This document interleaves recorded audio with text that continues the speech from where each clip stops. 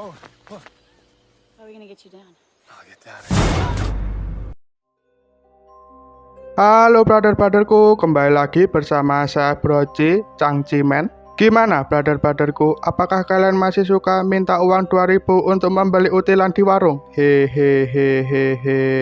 Kali ini saya menghoror film Kopet lagi yang berjudul Wong Tun 2003. Film ini mengisahkan sekelompok pemuda yang terjebak di hutan dan diburu keluarga Kopet. Penasaran kan? Sebelum lanjut, seperti biasa, jika kalian suka pembahasan film dari saya, Broci, alangkah baiknya kalian tekan tombol subscribe dan lonceng. Jika sudah, daripada kalian nanti pergi ke hutan dan terjebak, mending nonton ini.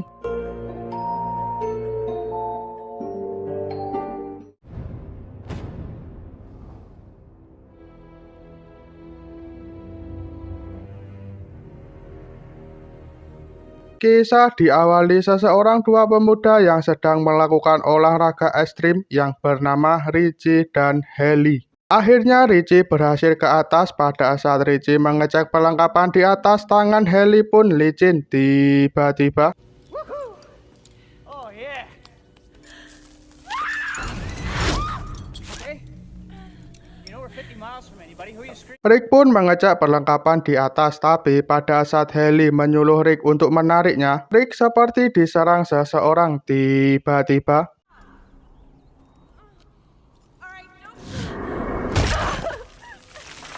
Haley pun panik. Tali Haley ditarik oleh seseorang yang di atas. Haley berusaha memotong tali tersebut. Setelah Haley berhasil memotong tali tersebut dan Haley berencana meraih tali selanjutnya, tiba-tiba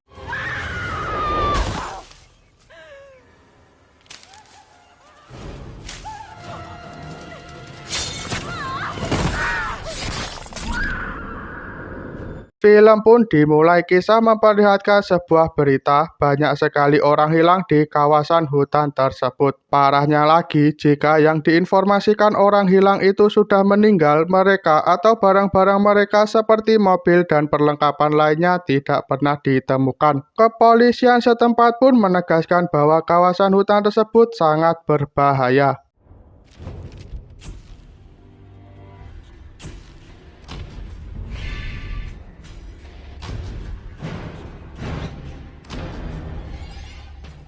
Kisah dilanjutkan kepada seseorang bos perusahaan dari perawakannya yang sedang terburu-buru melakukan perjalanan untuk menghadiri meeting yang sudah dijadwalkan. Sialnya, Chris malah terkena macet. Chris sesegera turun dan menanyakan kepada salah satu sopir truk tentang kejadian yang sedang terjadi di jalanan ini. Pak sopir menjelaskan bahwa di depan ada sebuah tangki traktor bocor sejauh 5 mil menumpahkan bahan kimia sepanjang jalan. Dan mungkin beberapa jam lagi petugas berhasil membersihkan. Chris berencana mencari jalan lain.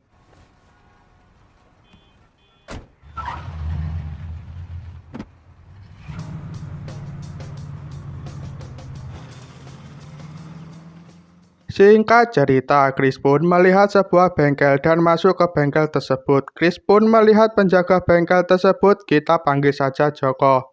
Chris pun turun. Chris melihat telepon. Chris sesegera menggunakan telepon tersebut, tapi ternyata telepon tersebut rusak. Chris menanyakan kepada Joko, apakah kau mempunyai telepon lain? Tapi Joko menjawab seakan-akan Joko tidak mau ditanya Chris. Joko menjelaskan bahwa itu merupakan telepon satu-satunya yang Joko miliki.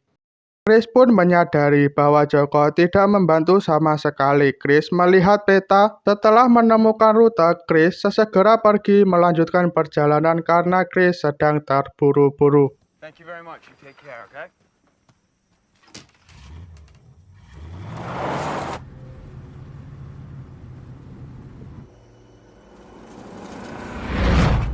Chris berhenti sejenak karena Chris bingung. Chris harus belok ke jalan raya yang besar atau yang kecil. Chris beranggapan bahwa jalan raya yang kecil merupakan jalan pintas. Chris memutuskan masuk jalan raya yang kecil.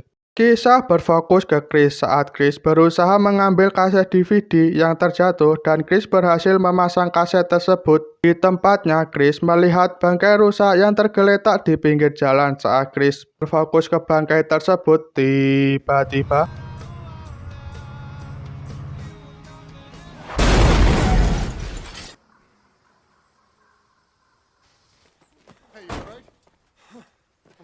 Chris pun menabrak mobil yang parkir di tengah jalan karena ban mereka bocor karena seseorang telah menaruh kawat besi di tengah jalan dan salah satu kawat tersebut terikat di sebuah pohon.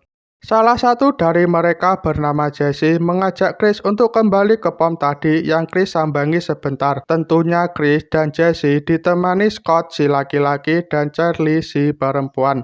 Baby, I've been thinking about this whole wedding, the long weekend, margaritas, the food. Kisah berlanjut ke Scott dan Charlie. Mereka melihat api unggun di sebuah kawasan tersebut, tapi saat Scott memanggil apakah di situ ada seorang, anehnya mereka tidak melihat keberadaan orang sama sekali di dekat api unggun tersebut. Chris pun merasa aneh, mengajak mereka untuk melanjutkan perjalanan. Kisah beralih ke Evan dan Franny. Evan mendengar ranting yang patah, seperti suaranya berada di dekat Evan. Evan berencana mengecek suara tersebut. Kisah beralih ke Franny. Franny memanggil Evan. Karena tidak ada jawaban, Franny mengecek Evan. Ternyata Evan tidak ada di belakangnya. Franny pun berencana mencari Evan.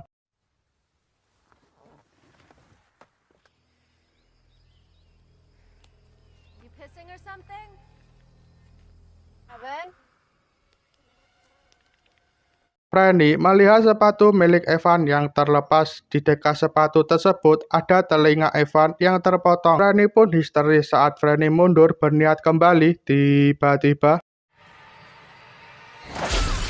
singkat cerita, kisah beralih ke perkumpulan Chris yang sedang berjalan menuju pom tempat si kakek Joko. Tapi sebelum sampai ke pom tersebut, di setengah perjalanan, mereka menemukan rumah kayu di kawasan tersebut. Mereka berniat untuk meminjam telepon kepada pemilik rumah tersebut. Karena dari tadi panggilan mereka tidak ada yang menjawab, mereka bergegas masuk dan mencari apakah di rumah tersebut ada telepon.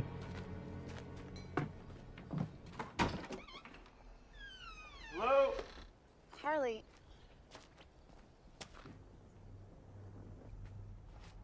Setelah mereka semua masuk, mereka terkejut tentang barang-barang dan makanan yang ada di meja makan rumah tersebut. Dan Chris menemukan daging yang sedang dimasak dengan keadaan air yang keruh. Daging apakah itu? Sabar, nanti juga kalian tahu rumah siapa yang mereka masuki. Chris pun beranggapan bahwa mereka harus pergi dari tempat itu.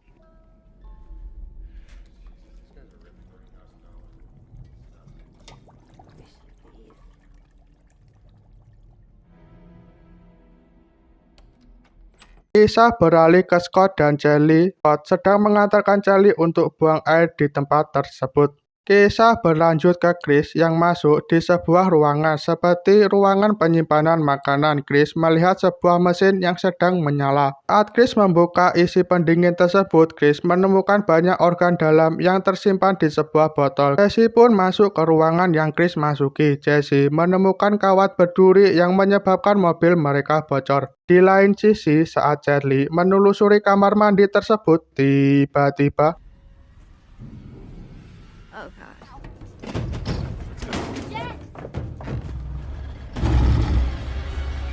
sialnya rumah tersebut tidak ada pintu belakangnya. Mereka semua berencana sembunyi agar tidak ketahuan oleh keluarga psikopat.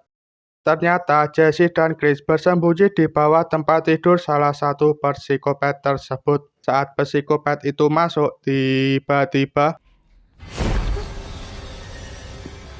psikopat tersebut menjatuhkan mayat Franny yang pas berhadapan di muka Jesse dan Chris. Psikopat tersebut mengambil mayat Franny. Parahnya lagi, mereka memutilasi mayat Franny. Dan parahnya lagi, psikopat tersebut seperti menikmati setiap potongan tubuh Franny. Singkat cerita, karena psikopat tersebut, kita sebutnya psikopat rawa. Jika kalian punya ide nama psikopat ini, tinggalkan kolom komentar karena lanjutannya dari film ini masih ada. Semua sudah tertidur. Chris, Jesse, Scott, dan Charlie sesegera berlahan-lahan keluar dari persembunyian dan berusaha keluar dari rumah tersebut. Saat mereka membuka pintu, Chris melihat ada sebuah pir. Di daerah saya memanggilnya pir. Saat mereka semua sudah keluar, Chris menengok ke belakang. Ternyata psikopat rawa melihat mereka. Mereka sesegera berlari.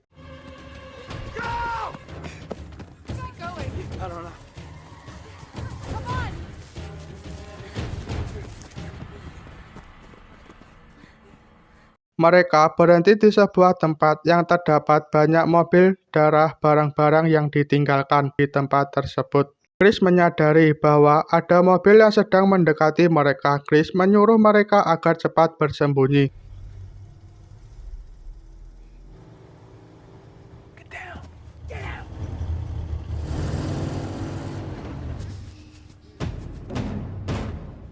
Ternyata jumlah psikopat rawa ada 3 orang. Mereka mempunyai perawakan yang sangat aneh. Chris dan Scott mempunyai rencana bahwa kita harus mengambil truk mereka. Tapi pada saat Chris berlari, tiba-tiba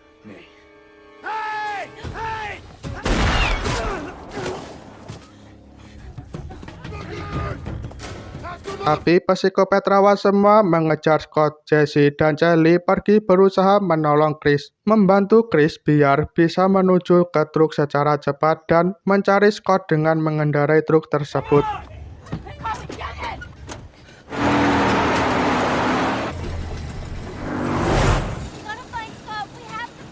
Mereka berhasil mencuri mobil tersebut. Mereka sesegera mencari Scott. Setelah mereka menemukan Scott dan berhenti, tiba-tiba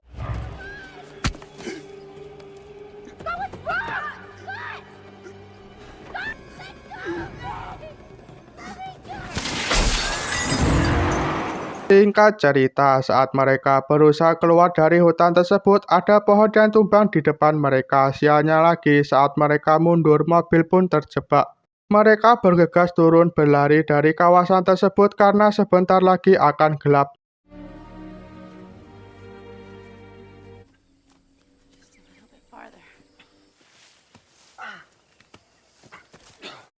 Singkat cerita, mereka pun menemukan menara. Chris berharap semoga di atas sana ada telepon atau radio atau mungkin kita bisa melihat jalan raya. Mereka pun bergegas untuk naik ke atas.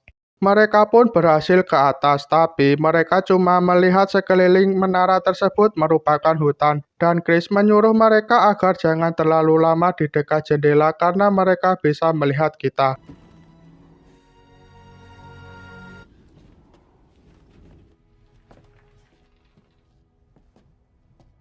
Jesse pun menemukan kotak P3K dan berniat untuk mengobati luka yang Chris alami. Dan Charlie menemukan lampu penerangan untuk mempermudahkan Jesse mengobati Chris karena di tempat itu sudah malam.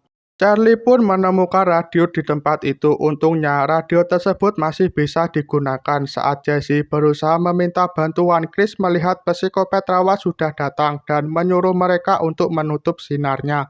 Chris beranggapan bahwa Kopet Rawa tidak mengetahui keberadaan mereka. Saat Chris meyakinkan Jesse dan Charlie, tiba-tiba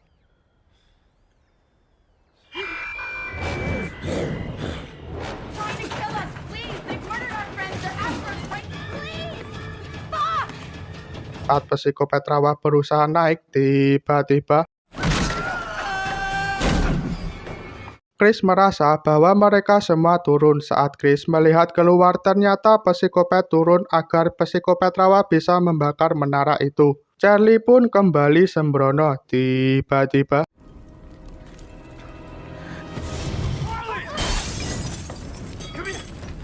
Chris membenarkan perkataan Charlie bahwa kita harus lompat karena ranting-rantingnya cukup pendek. Tanpa menunggu lama daripada mereka terpanggang, Chris memberikan contoh kepada mereka.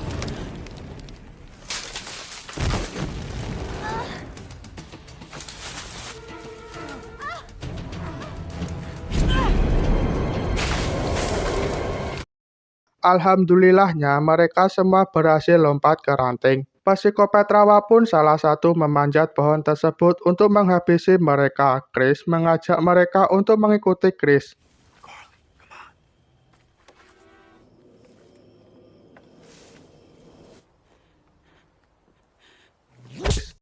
Ternyata Charlie tidak mengikuti arahan Chris. Saat Charlie berusaha memanggil teman-temannya, tiba-tiba mulut Charlie pun memakan kapak sampai badannya terjatuh. Chris dan Jesse melanjutkan perjalanan mereka, tapi Chris mempunyai ide. Chris berencana menjatuhkan psikopat rawa dengan menghantamkan ranting kayu ke badan psikopat rawa. Jesse berencana menjadi umpan. Saat Jesse berteriak, tiba-tiba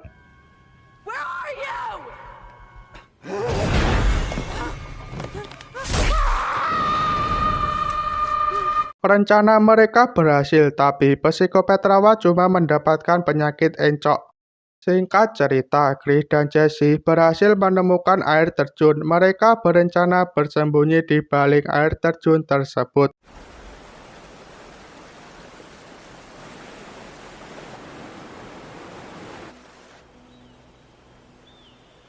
Ternyata mereka cuma bermimpi dong. Saat mereka sesegera melanjutkan perjalanan.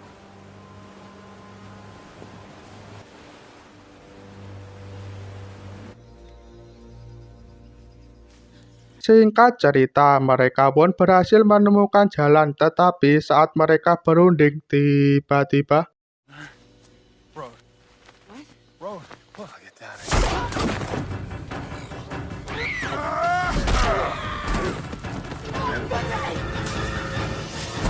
Chris pun terjatuh dan Jesse tertangkap. Chris melihat mobil polisi yang patroli. Chris segera menghampiri mobil tersebut untuk meminta bantuan. Saat Polken berargumen ke Chris, tiba-tiba Chris segera bersembunyi di bawah mobil tersebut. Saat Kopet Rawa mengecek ke bawah mobil, tiba-tiba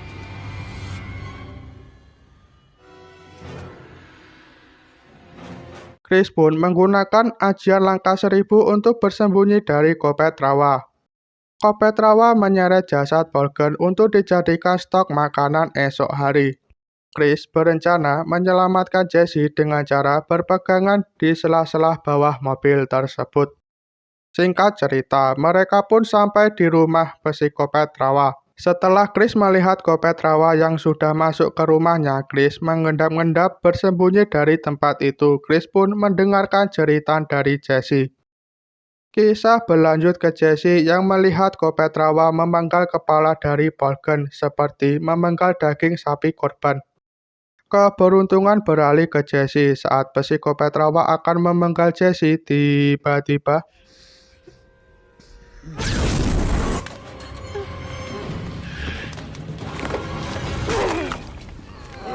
Chris pun berhasil menusuk salah satu Kopet Rawa dan Chris berusaha melepaskan ikatan Jesse. Tapi saat Chris berusaha melepaskan ikatan Jesse, tiba-tiba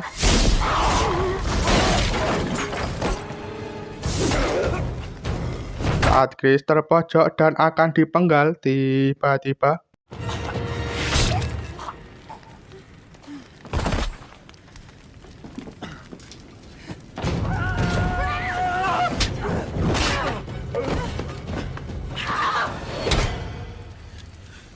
Chris mempunyai rencana. Chris segera mengajak Jesse keluar. Saat mereka berdua sudah keluar dan dibuntuti semua psikopat Rawa yang sedang bangkit, Chris mempunyai ide untuk menembak tong berisi solar. Tiba-tiba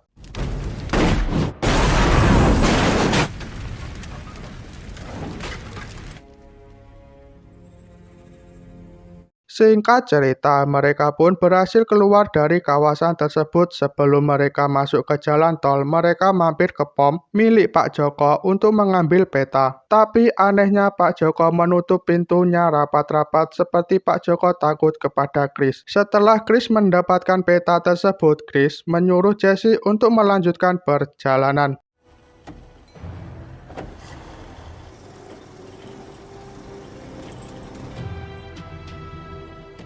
Belum selesai ya, brother-brotherku. Kisah diakhiri memperlihatkan seorang si polis yang sedang mengecek rumah bekas kebakaran. Dia nggak tahu aja yang ia cek rumah siapa. Saat si polis menemukan seniornya tinggal badan doang, dan si polis menengok ke belakang, tiba-tiba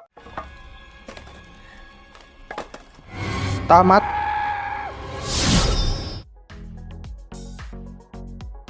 Akhirnya selesai. Seru parah sih filmnya. Karena psikopat Rawa belum mati, filmnya pasti ada lanjutannya.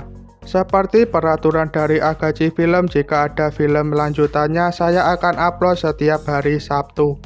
Tapi pembahasan besok Sabtu mendatang, kita kan tadi memanggilnya psikopat Rawa. Di pembahasan selanjutnya, kita panggil psikopat Rawa Rontek. Kok ada ronteknya bro? Karena psikopat susah mati seperti ajian Rawa Rontek. Saya pamit, saya Broci mewakili anak baik dan ingin sesegera dimonetisasi. Mengucapkan terima kasih karena sudah menonton hingga awal sampai akhir. Jangan lupa like dan komentar mengenai pembahasan film yang saya bahas hari ini. Sampai jumpa di video selanjutnya. Dadah.